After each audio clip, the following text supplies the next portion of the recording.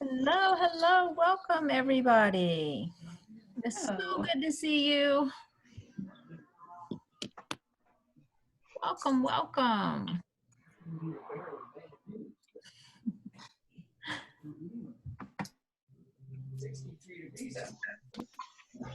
All right, I love all of this excitement. There's lots of beautiful faces. It's a wonderful night.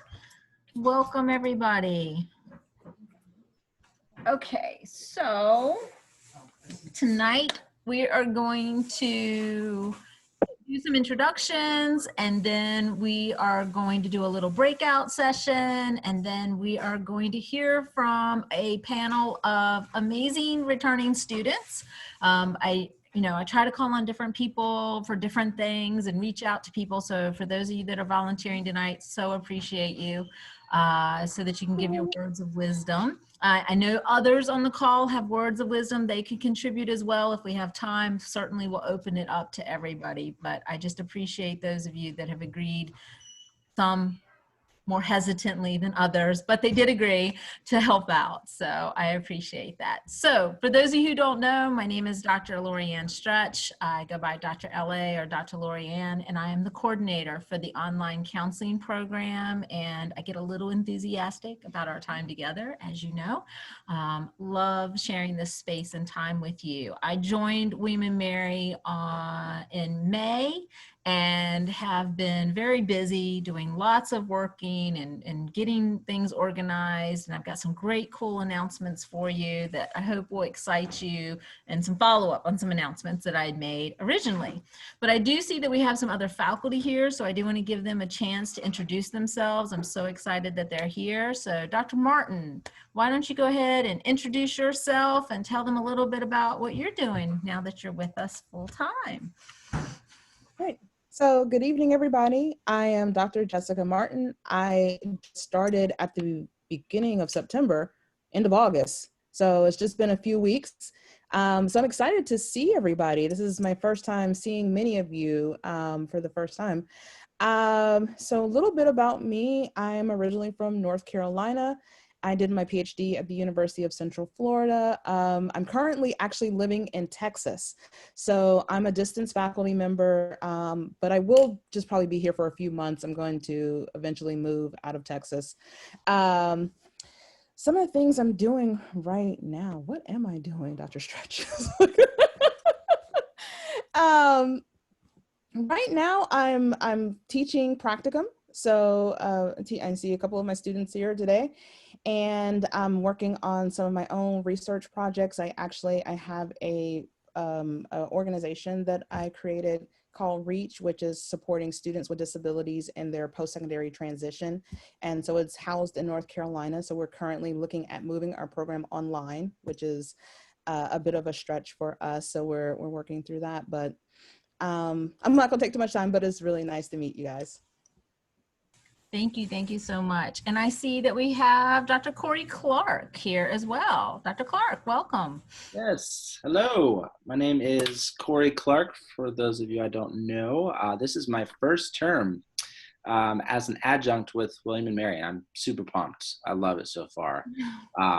And yeah, so I'm teaching lifespan development this term, and it's been going great. My passion as far as research goes is child and adolescent counseling, and that's sort of my specialty as a clinician. I see a lot of kids and teens, mainly through telehealth right now. But yeah, so if you ever want to talk about any of that, I'll talk for days about child and adolescent stuff. So that's my thing. So yeah, it's wonderful to meet you all. Thank you. Great. Wonderful. So let's do a few program announcements. So as you guys had heard, I had been working on an advising forum, and we were going to put it in Blackboard. Well, I got wind that the business school has an advising forum in Canvas. So part of the reason that we're delaying is because I am advocating very strongly for us to get our advising forum put in Canvas. So that was a big part of what the delay has been, because if we can have it all in one place, wouldn't that be much nicer than having to go Canvas here and Blackboard for this and different places? So that's what the delay is. I am working on it as hard as I can. So just know I am really advocating. If they have it, we should have it too. Whining, stomping my feet, doing all sorts of things like that. So that is kind of what's happening with the advising forum. So I am hoping to get that up soon, but just trying to get it all in one place if I can. One of the big changes that we've made is that moving forward, after this next round in the spring of practicum and internship, there will no longer be a gap between practicum and internship. We've closed that gap, and for the reasons being that many students had opportunities to stay at the site, that they did their practicum, and we didn't want to lose that momentum. We didn't want to lose the ability to stay at your previous site. And so we're closing that gap. It doesn't mean that you have to do it back to back. If you want to do practicum and then take a break and then do your internship, that's certainly a possibility.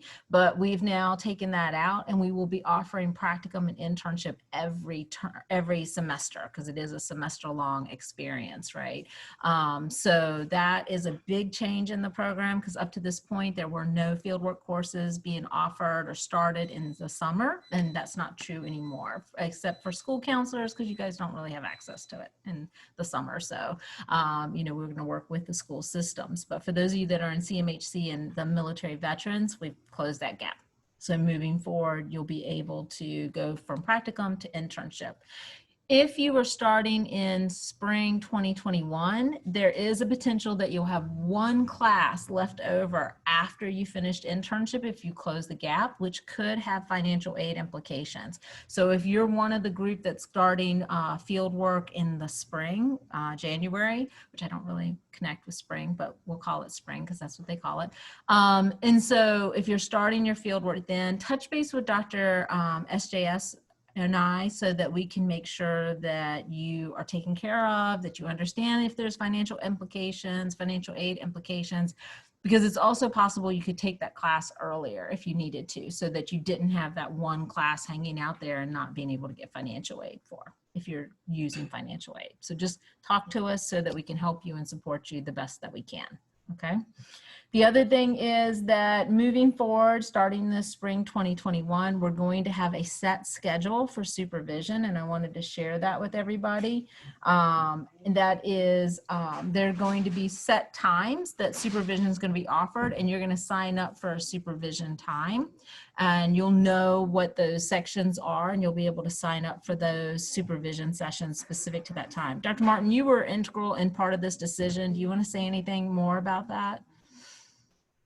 Yeah, so we were just trying to make sure that we were flexible. We understand that we have students who are worldwide, and we wanted to make sure that, one, you could know what time supervision is going to be, so you can go ahead and make that time in your schedule. And then two, we wanted to be as flexible as we can to support students on the West Coast, on the East Coast, and students who are in other countries. So we tried to offer two different times, one in the morning and one in the evening. So, and this will also, for some of you that have already been in fieldwork, you know that there's been these doodle polls, and trying to find a time that worked for everybody is just absolutely a nightmare. And so just being transparent, it's really to simplify the process, so you will know well in advance, like, okay, this is what time I need to plan around and work around, right? So there's no surprises, just no surprises at all. And then I'm looking to see, I'm actually looking at my other computer because Dr. St. Germain Sarah can't be here tonight. So she had asked me to make some announcements. So I'm just scrolling through to make sure that I've hit everything. And I think I have. Okay. So I'm trying to think. let's go ahead and do our breakout session. So what I'm going to do is just randomly put you in a breakout room. And so what I want you to do is ideally accept the breakout room invitation that you get. And when you're in there, I want you to introduce yourselves to each other. Say where you are, what program are you in, and maybe a little bit about kind of where you're in the program and what you think about it. I'm going to give you about 10 minutes to have a conversation with each other, just so you get a chance to meet some of your colleagues, right?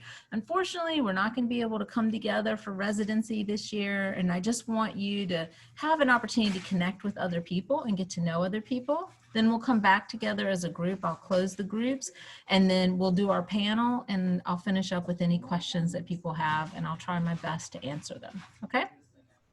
All right, so let's break up into groups. So I'm going to put 3 to 4 people in each group. So here we go.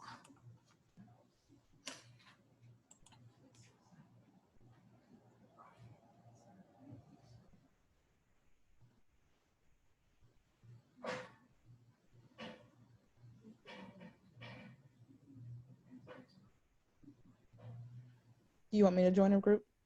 You are welcome to join a group. It might be cool to meet some students. Okay. I didn't know if you wanted to be like student time. No, no, you can pop Okay. in one. All right. All right.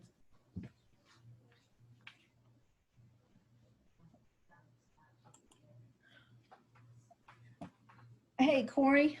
Hey. While I have you, hi. Yeah. Hey, how are you? This Are you hanging out with Dad? Just looking at me like I've lost my mind. So I wanted to let you know that Patrick and I are working on a course preference Qualtrics that we're going to send out. I know you love Qualtrics. Yeah. And so you'll be getting that soon, but I definitely want you to keep teaching. Awesome. Yeah, I still wasn't sure what the setup was, but that sounds great. It's going to be very similar to the I love it, I like it, don't ask me to teach this type thing. So you can fill it out and let me know what you want to teach. Okay, sounds good. I think I tentatively had you down to teach with me again in techniques. Oh, and awesome. Yeah, I love that. Okay. All right. All right. If you want to join a breakout room, you can, or you can. Okay. I got to put this kid in bed. All right. Sounds good. Thanks All for right, stopping in. Yep. See y'all. Okay. Bye. Absolutely.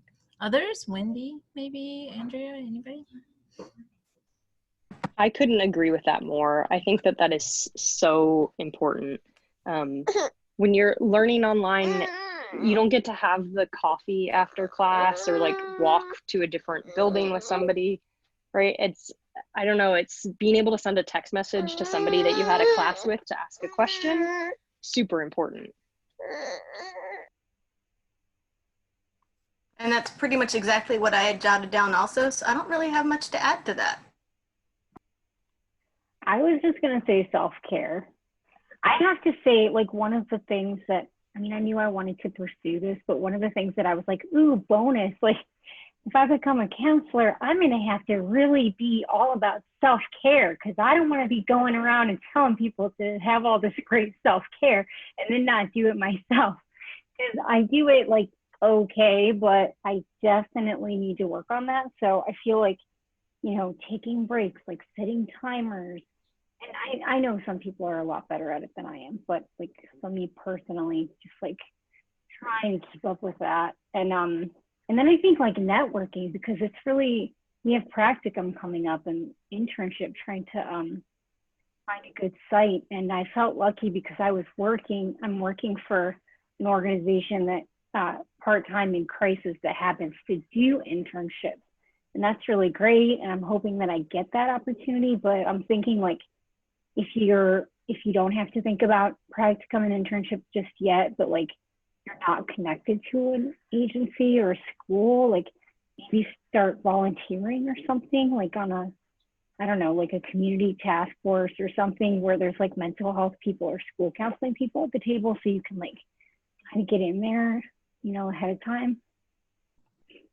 Absolutely. I cannot stress that enough. The other thing is volunteering for counseling, you know, organizations and associations. That can be another really good lead into how to connect with field work, right? I worked on I volunteered on a community service board while I was in my graduate program. And I remember being at one of our meetings for the board, talking about things that were happening in the community. And somebody said, hey, LA, aren't you in your graduate program? I said, yeah. I said, I got to start looking for a practicum site.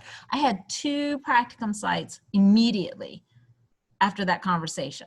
They were like, we want you. And I actually got to pick which site I wanted to go to because they were familiar with my work experience. So that was great advice. That was really good advice. Get involved so that people know you ahead of time and get to know your work ethic and things like that. It will make a huge difference when you come to look for it. So good suggestion there. My next question is, how have you connected with faculty and what has that done for you or meant to you, or what have you gotten out of that experience?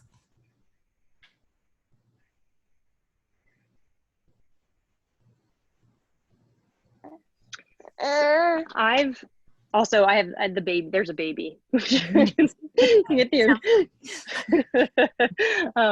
She's a little sleepy right now.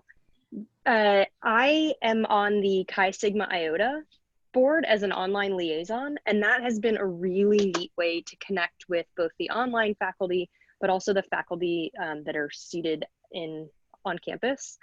It's been a really, really wonderful opportunity, and you don't need to be on the board to be involved with that. You can volunteer for, I was going to plug the newsletter here. So if you haven't seen the newsletter, that's the counseling newsletter, you should check it out. You can do that through the School of Education's homepage.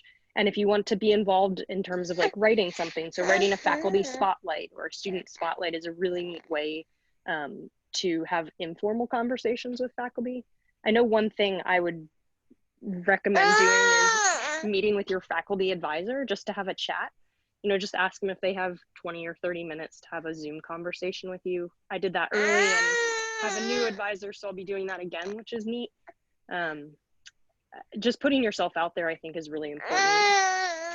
Thanks, Sissy. And just a little word on the advising. I've really encouraged the advisors over the next couple of weeks to really reach out and set up group advising, because I think that's got some power in of itself, so that you can meet each other too, and people who might be in the same advising group. So you should be hearing, if you haven't already, from your advisor to either be setting up individual or group advising. I will own, I have not reached out to my advisees yet. I will, I promise. You guys are going to hear from me, Sarah. And I'm going to set up group meetings over the next couple of weeks so that we can have a chance to get together. So you'll be able to sign up. Like, I'm going to have multiple sessions and you get to pick which session you come to, right? So that's something that we're trying to add in and give you more opportunities for coming together in those advising groups. So Cecilia, thank you. And thank you as always for your plug for CSI. I think it's great. And I love the newsletter. If you haven't seen the CSI newsletter, our chapter newsletter is just stellar. It blew me away. I actually asked them to apply for a national award for the newsletter. I was so impressed with it. So outstanding work. Mal, Wendy, Andrea, any other thoughts about how do you connect with faculty, or how have you connected with faculty, and what did that mean? I'll go. I'm kind of bad. I don't always proactively reach out. I think I tend to struggle on my own until I absolutely need to reach out. But I have found that it's always been very easy to connect with any of the faculty I want to talk to. So, whether it's through email and then setting up a time to do a conference with them, it's just been, every time it's been a super supportive experience. So I've never felt unsupported, and I've never felt like I had to hesitate to reach out, or that I wouldn't get the answers I needed in some form or fashion.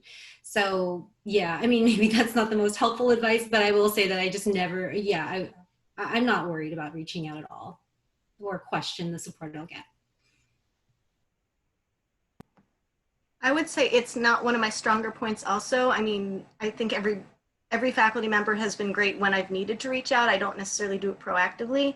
The one thing that I thought was great, and I feel really bad for that it's not going to happen in the near future, but having in-person residency was wonderful, because that was really the first time that the faculty and the students had all just kind of been around each other.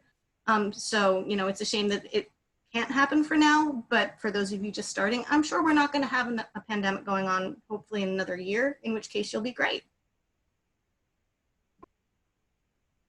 Now, this is where I call out Wendy just a little bit because I've had her in class. You may not be the one who takes advantage of it, but you reach out to faculty. You actually do email faculty. You ask great questions. And so I think that some students are really intimidated even to just send an email to a faculty member. And I think that that is like your bridge, right? Reach out, see what happens, connect with your faculty. But also, you know, Wendy, when you were in my class, I think you took advantage of every live opportunity I had. And yeah, just a little bit. Yeah. So, I mean, and not everybody in the programs had an opportunity to do that. Could you speak to that for a second about what those live opportunities were like and maybe what that contributed to your learning? Sure. Most of you, I'm sure, have seen the discussion boards because they're important to pretty much every class. And normally, as you've seen, it's not live, but for research, we were given the opportunity, if we wanted to join a live discussion, which was actually pretty great because it was a little closer to actually being in class live with each other, being able to kind of ask questions in the moment, those questions that you didn't even realize you had that somebody else asked. So that hasn't been a normal thing, but I thought it was great. And we also, for that particular class, those of us who are not very math oriented, we're having a little problem with some of the math part of it. So they gave us opportunities to kind of just jump in and ask additional questions at other times. So that was very helpful and eased many anxieties for many of us, I'd say. So not that it was an awful class, it was a wonderful class, just not for the math. I didn't write the class, so that's okay. All right. And then my last question for you guys as a group is, how are you developing your professional identity as a counselor?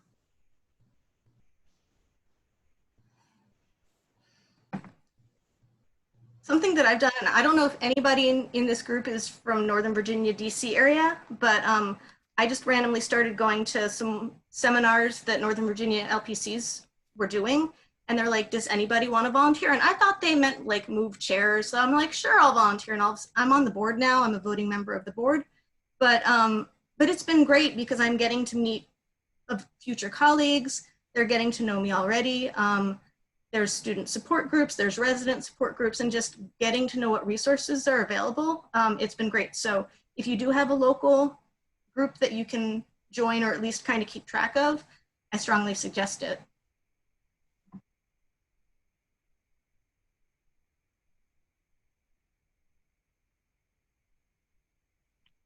That's a really good idea.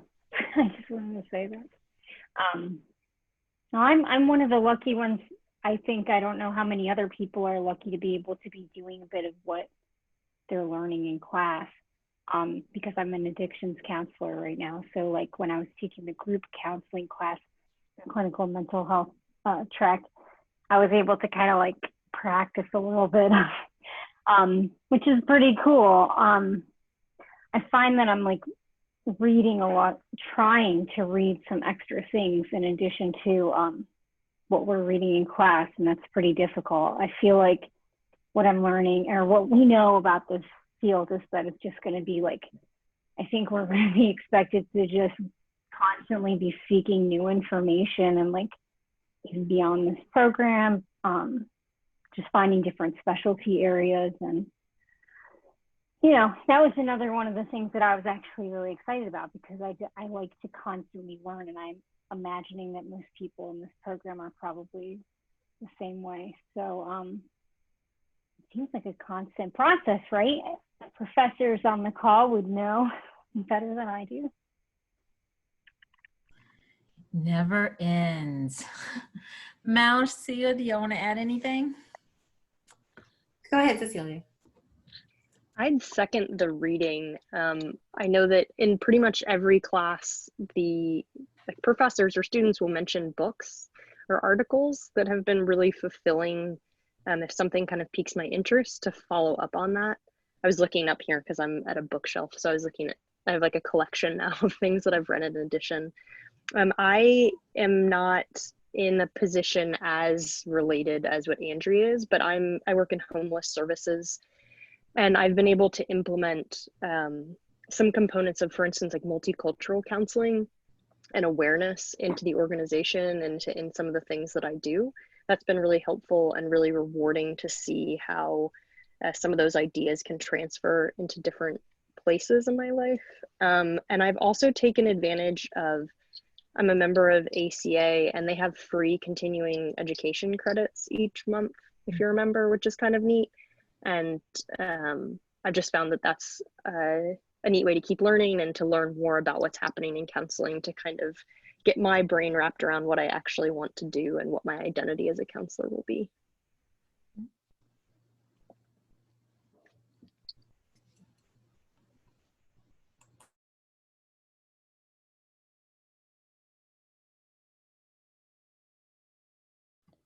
You're muted, Dr. LA. You can go ahead, Mal. Oh, okay. I didn't want to talk over you. Yeah, I think the one thing I wanted to add was going back to someone's advice about joining local associations or places here or wherever you live. As I was applying for practicums, a lot of the places that said no also offered me training at their spaces. So I took advantage of that, and I thought that that was really a good way to get exposed to areas that I had never considered before. So I took like actually a spirituality and counseling, which I never even considered. And then I loved it. And I felt like, wow, that's cool, because I thought I was going to go in one direction with military and veterans, but then I found this new area, and it was just a nice way to start seeing, oh, how can I start getting more specific about what I want to do in the counseling world? So that was like a nice way to start just accepting people's training offerings if they offer it for free. You know, if you have the time, just take it. He can teach a lot about you. Yeah, absolutely. And what you just said, Mal, made me think also, you know, what do they call informational interviewing, I think is another really important tool that you can use to start to connect with people in the field and in the community. You know, where you see an agency or a private practice or something that's of interest to you, you know, even in your first couple of terms, you could reach out to people and say, you know, could I meet with you for 30 minutes to have a conversation about what your job is and what type of work you do and who you see and populations. Some people are going to be like, you got to pay me. Don't pay people to do that. Keep looking. Because there are people who really give back to the profession and give back to the community, who are willing to meet with you and mentor you and guide you. So look for those types of individuals that can support you in your journey. I do understand that when somebody's in private practice and you're asking them for time, it does cost them money because they're not seeing a client, but I've just never been one into the pain to get knowledge in that way. I think that's part of what we do as professionals to give back to the community. So just keep looking. There are people who would be willing to meet with you. I do it on a regular basis, meet with people and just tell them about my profession and how I got to where I am and what I like to do and what I don't like to do about my job and, you know, things like that. So seek out those connections. One resource that I haven't heard mentioned that I wanted to also mention is we do have a doc program. You know, we have a doctoral program at W&M, and in some of your classes, you'll see doctoral students that are in those classes. Get to know them. Connect with them. They are amazing resources too for you that can really help you on your journey. They may know about, you know, practicum sites and fieldwork sites as well. They may be able to connect you with professional associations. And so just look for opportunities to build relationships wherever you can. Dr. Clark is a great example of that. I met Dr. Clark while he was doing his doctoral program at NC State, and we did a couple of projects together, and I got to know his work. I got to know who he was as a professional, and he impressed me. He really did. And, you know, so when I came to W&M, I recruited him. I'm like, come on with me, like, let's go, you know, because I knew he was going to bring some knowledge and depth, real substance to his classes because of his experiences that he has in the field and also his passion for teaching. So, you know, those networks will serve you continuously. So continue to connect and relate to people and get to know people as much as you possibly can. Dr. Martin, is there anything that you would add as far as words of wisdom at this point? Anything come to mind for you? I feel like everybody touched on some of the areas. I'm very big about joining organizations, just if nothing else, to find your peer group, and just have people that you can really talk to and reflect with, and so I'm huge on those. So I would really stress that. Yeah, me too. Yeah, for sure. All right, so we're at 9:15. So I wanted to open it up at this point. Cecilia, was there anything else from CSI that you needed to share or wanted to share? No, I think that's it. I would just encourage people to join. It's another, I mean, echoing what everyone has said in terms of making connections, it's another way to get to know different students, to kind of give back already, which is really neat, to shape the program, which is wonderful. I mean, it's a really young program, so we have unique opportunities to be able to kind of decide what happens and where things go. Yeah. And if you're interested, if you like the newsletter and you're interested in writing, being involved, get in touch. So you'll be, somebody just asked, how do you join? You have to have a certain number of hours as a student, and typically I think the invitations go out in January. Yeah. And so if you have been in the program for a bit, I think not the people who just joined in the fall. I think you have too few hours, but if you have a certain GPA, then you'll be sent an invitation in January. I was just going to jump in and say, don't miss your email, because it comes in amongst the flood of the Canvas emails and everything. And I'm here to say that I missed it, even though I'm pretty good at reading them, because I didn't expect it. And they told me I can't join until the next year. Yeah. So watch out. I'm sorry, Andrea. Yeah, and that is a wait till CSI. February. Yeah, and that's an international rule. That's not a chapter rule. They like have very clear, like, no budges on those deadlines. They're very strict. I know, being a Chi Sigma advisor, they don't give any leeway on those deadlines. And I guess just look out for the emails, because a lot of times the events are open to members and non-members, and almost everything will be on Zoom for the foreseeable future anyway. So it's another great way to learn about different kinds of counseling, learn from our professors, get involved in the community. So it is a resource. I remember when I got the email, I was kind of like, what is this thing? Because I hadn't heard about it, but I've loved it so far. And I would really stress that CSI is one of those organizations that's not just while you're a student. In fact, I mean, even though I served as the president of my Chi Sigma Iota chapter where I went to school, I have gotten more from my CSI membership after my graduation than I did before. I mean, I got a lot during and while I was a member, and certainly leadership training and mentoring, but afterwards I've continued to have leadership opportunities. I've served on task force and in leadership at Chi Sigma Iota International. I've served as a consultant to CSI. I've had lots of opportunities beyond my graduation that has really informed me, and just the network, right? Just being in the network of CSI, you learn about opportunities, you get connected to leaders in the field. It's just a really good opportunity to just broaden your network. I mean, it really is, both in training and in mentorship. Yeah, so big things and very important things. All right, so just a couple of final announcements about the program. One is that starting tonight, you will get 5 points of extra credit for attending the town hall. So congratulations, you each get 5 extra points that I will be notifying your instructors about, that you can apply to an assignment. You can't add it to the final grade, but you can apply it to an assignment.